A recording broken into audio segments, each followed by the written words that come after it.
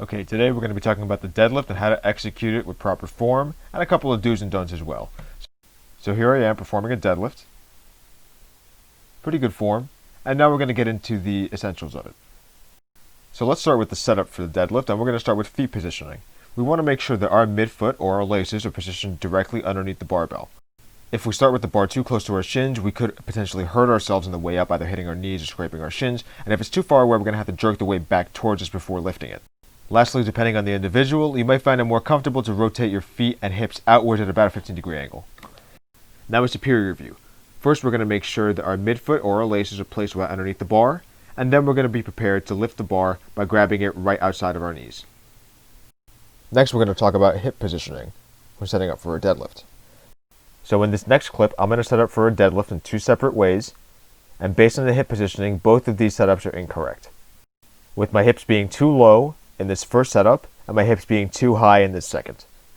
So I've slowed down the clip, and now let's see exactly why they were both wrong.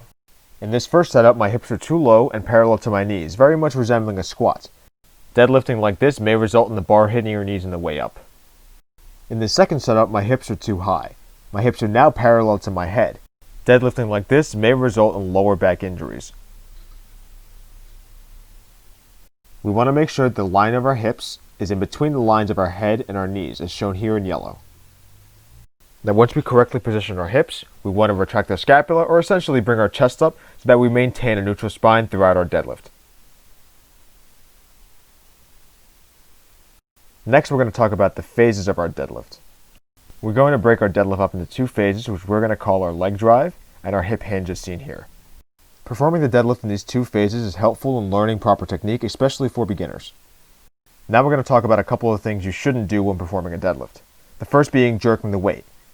This takes place during the leg drive phase of our deadlift, where we use our upper body to lift the weight instead of driving with our legs. While deadlifting, we also want to avoid hyperextending our lower back. This happens during our hip hinge phase as seen here. While we do want to hinge our hips forward in order to activate our glutes, hyperextending our lower back can lead to long-term injuries. In order to avoid these two problems, we have to change our mindset on how we lift during a deadlift. Rather than pulling the weight with our back, we want to imagine pushing the floor away from us.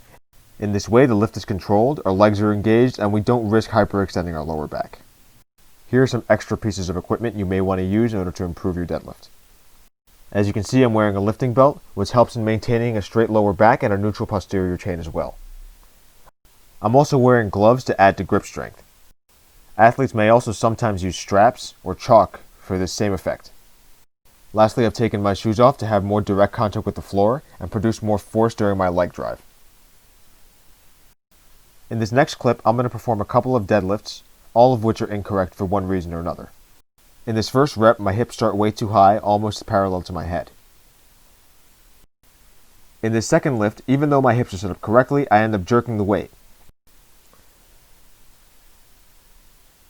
In this third rep, I not only start with my hips too low, but I also hyperextend at the end.